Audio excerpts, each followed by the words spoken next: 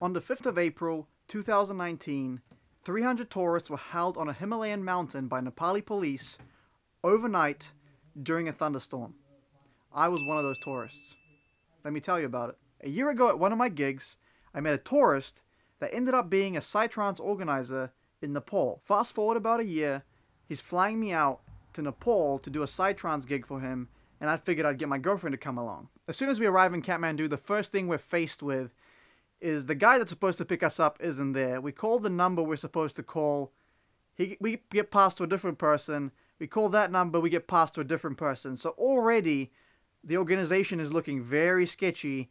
We're in a third world country, and we don't know what's going on. So eventually, after calling all these numbers and trying to get in contact with all the organizers, we get picked up by someone, and they take us to a hotel, and finally we're sorted, and we're hoping that it's going to be all good. But the next day, we have another problem. He was supposed to pick us up to take us to the bus that's taking all the artists to the festival. Now, we only got there at 5 p.m. We were supposed to be picked up by 11, right? There's a bunch of artists here that I've already, been waiting since 8 a.m. It is currently 5:40 p.m. and we're still waiting on the bus. And apparently there's one coming, but it's traffic and, a bunch of bullshit, basically. There's a cow over there. People just waiting for 11 hours for a bus that was supposed to come early in the morning, but never came until 7 p.m. Okay, so we are finally on the bus. It is 7 p.m. We were supposed to leave at 11. Yeah, nighttime bus, I guess. Night ride. It's supposed to be a full daytime. At least we've got it sorted. At least we're good. So if that's how it's supposed to go down, then why am I in Kathmandu and not at the festival? As you can see, I'm on top of a hotel right now with all this beautiful view behind me. But definitely doesn't look like a festival in the mountains to me. So what happened, okay? After terrible organization, 16-hour bus through the mountains from Kathmandu. It is one bumpy ride, I can tell you that. We're not getting any sleep on this. There goes more bump. Oh, whoa. 1, 2, 3, 4. Hell of spicy, I can tell you that.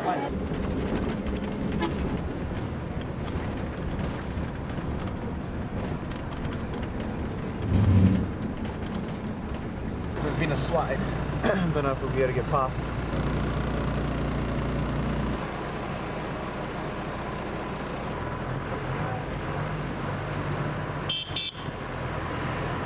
We end up at a place, this hotel, this resort, right?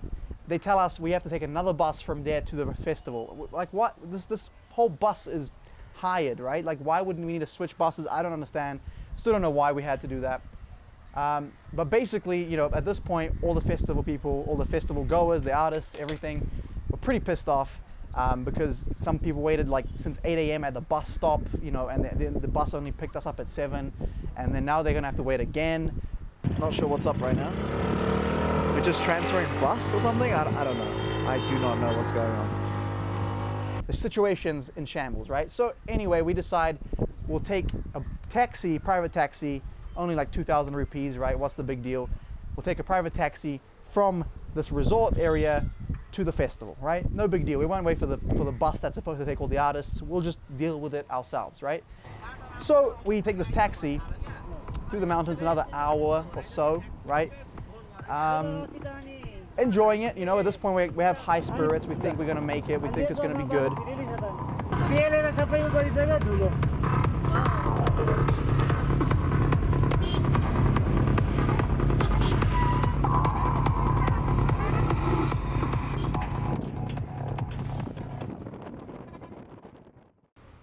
And then we get stopped. Okay, so we had a problem at the checkpoint. Apparently, no permit for the whole event. They were saying it was going to be cancelled. Oh, what a mission. So like 4 days of travel for nothing, right? But then now they're saying it's not going to be cancelled. We're just waiting in some local's house. I don't even think it's a restaurant. I think it's the actual house. Yeah. And check out the view here. Just in their backyard. Yeah. I don't know if you can even see. There's like some socks. I think it's hot or something. Yeah, something's burning. I don't know. There's some kind of smoke going around. But look at that view. I mean, that's so high up.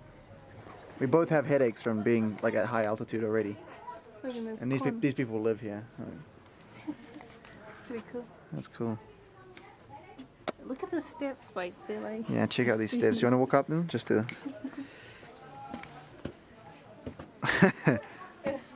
And then you go in here, and then now you're up. I mean, this is tiny. I mean, I can barely put my foot on it. We get stopped by the police at the last checkpoint, and we're like, what the hell's going on, right? We didn't understand the language. We didn't understand why we got stopped. We got out. We were I did some magic to the locals. So I was trying to defuse the situation. I was trying to, we ended up, some people got some food. We ended up going in someone's house. It was really cool. Some people sleeping. This guy. This is the little mountain village on top of the mountain. Literally on top of the mountain.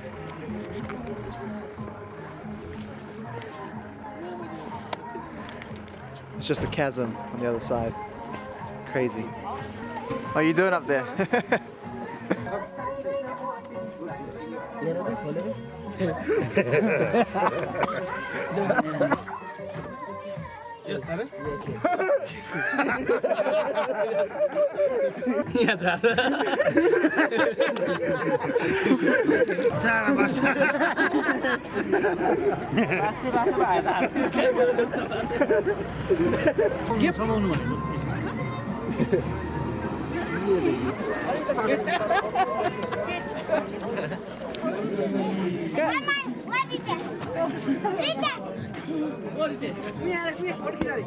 So it turns out they built a little lake and they have like a little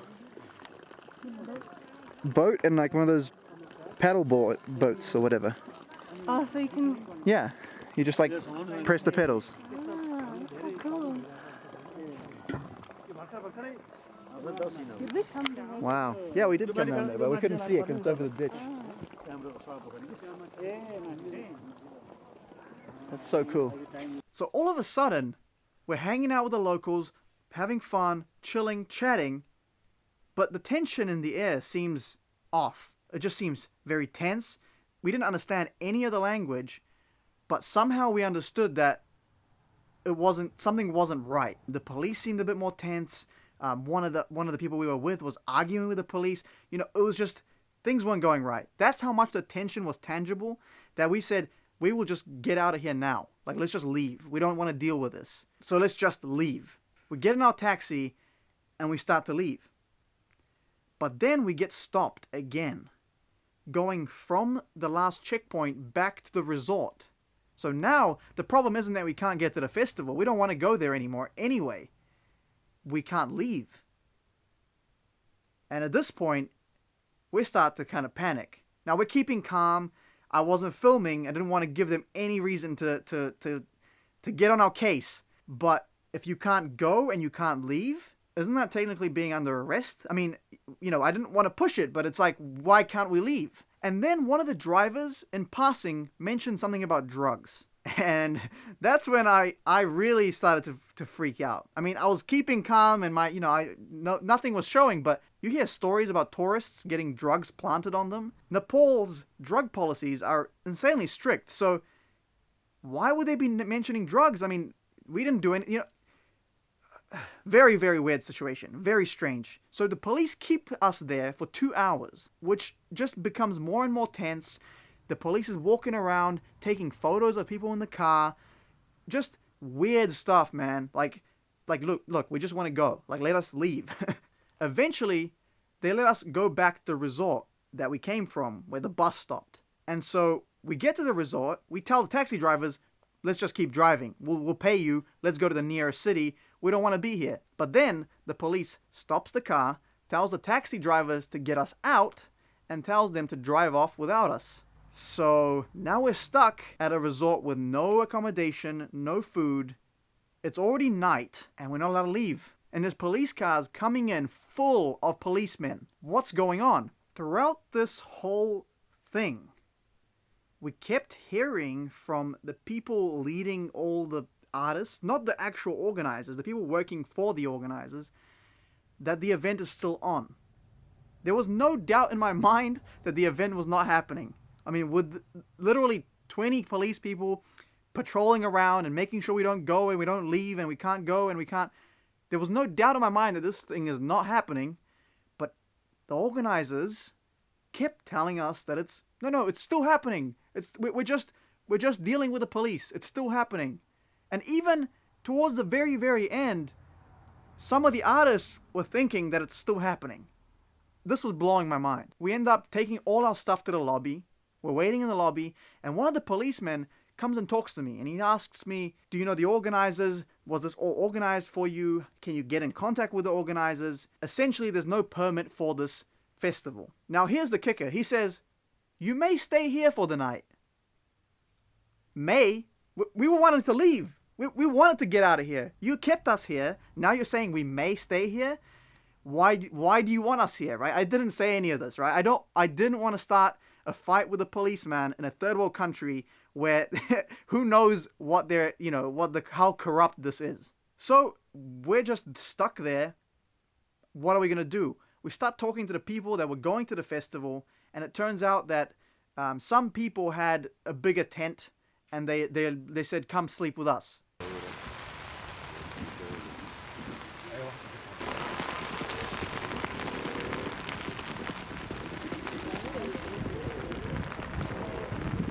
Whoa!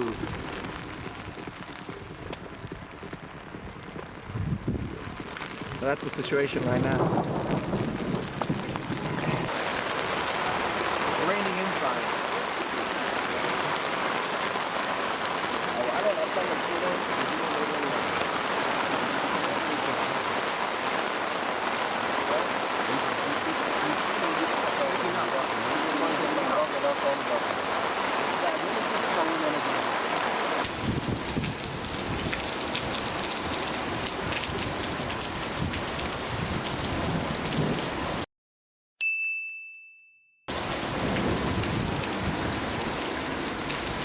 We had to get out of the tents because there was just too much water on that hill. Water was just rushing down. I don't know what we're up to now. We're trying to figure out how to get back to Kathmandu. But it's not looking likely anytime soon. I mean, it's crazy out here. It's absolutely crazy. We're in the clouds and there's a storm. Probably not the best combination if I had to guess, but... And at that point we're just like, you know what? We're going to figure out a way out of here. And we're together with some American tourists and this French couple, we ended up hiring another taxi to get ourselves out of there to the closest town with an airport. We caught a flight back to Kathmandu, and here we are. So that's the story, condensed, okay? For us, it was like a 4 or 5 day adventure, but that's as condensed as I can make it. We got a bunch of good footage though, so I'm not mad at that. You know, we camped out in the Himalayan mountains during a thunderstorm, so that's a bucket list check right there. We're gonna be here in Kathmandu then, I guess, for the rest of the time here, so it'll be really interesting to see what we get. We're gonna get some great footage. So yeah, that's the story so far. Let's see what happens from now on.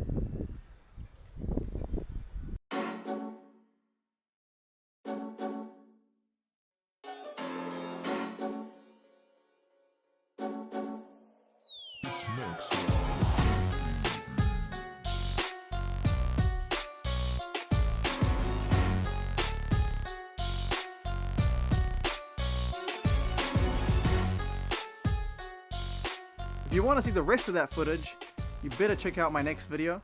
There's a lot of footage I had to cut out of this. But in conclusion, what did I learn from this? Well, even before we got any of the tickets to fly, it was a little bit sketchy because it was hard to get into contact with the organizer.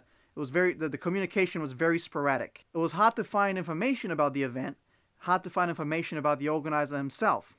So that was a little bit dodgy, but once he bought my ticket, I figured, well, it's on. And then at every step of the way, something cropped up that made us think, well, is this really happening? What's going on? So I really should have seen this coming and bailed out early. Now, see, I think a corrupt country plus bad organization is a recipe for disaster, right? So I think that's what happened here. It wasn't any one thing. It was a mix of everything working against us. From reading the articles after we came back, it seems that they had permits to do the festival, but the government revoked them at the last minute, suspecting bad behavior. I'm not super convinced about this. I don't know if that's the case. I just think they didn't pay the right people, as you would have to do in a third world country to pull off anything. According to the articles, even one of the main organizers was taken into custody for trying to make this event happen, for which he had no permit for. So I'm not sure who's right. The organizers saying we had permits but got revoked, the government saying they never had permits. It's a very strange thing, but seeing the organizers' lack of organization and the government's corrupt nature, it's really hard to really decide who's in the right. So all in all, if you notice any signs of corruption or bad organization in the future, bail early. That's what we learned. With that, my name is Eduard Todor. I'm signing out. Mad respect, much love, stay lit, and I'll see you in the next one. Peace!